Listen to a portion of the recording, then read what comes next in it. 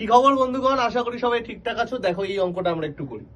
যদি আমি তোমাকে বলি এলসিএম অফ 4 আর 4 স্কোয়ার, 4 আর 4 স্কোয়ারের লসাগু, তোমরা বলবে স্যার এটা কোনো অঙ্ক? 4 স্কোয়ার 16 অ্যান্সার। আমি বলবো ওকে।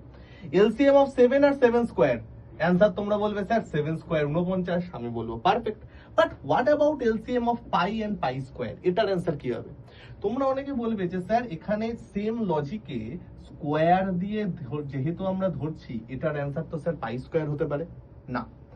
এটাই তোমরা ভুল করো এবং আজ থেকে আর ভুল করবে না। এটার অ্যান্সার পাই স্কোয়ার হবে না। কেন জানো তো?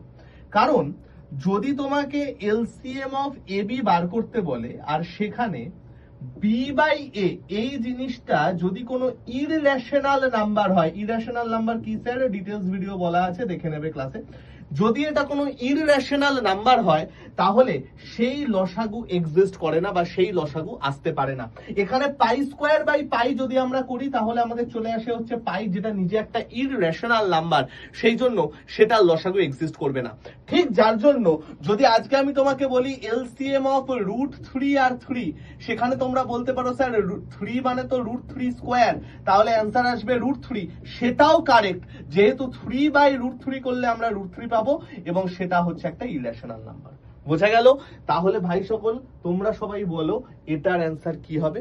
এবং এরকম টাইপের আরো সেরা সেরা ট্রিক জানার জন্য অবশ্যই আমাদের চ্যানেলটাকে সাবস্ক্রাইব করে নিও এবং এফবি পেজটাকে ফলো করে নিও।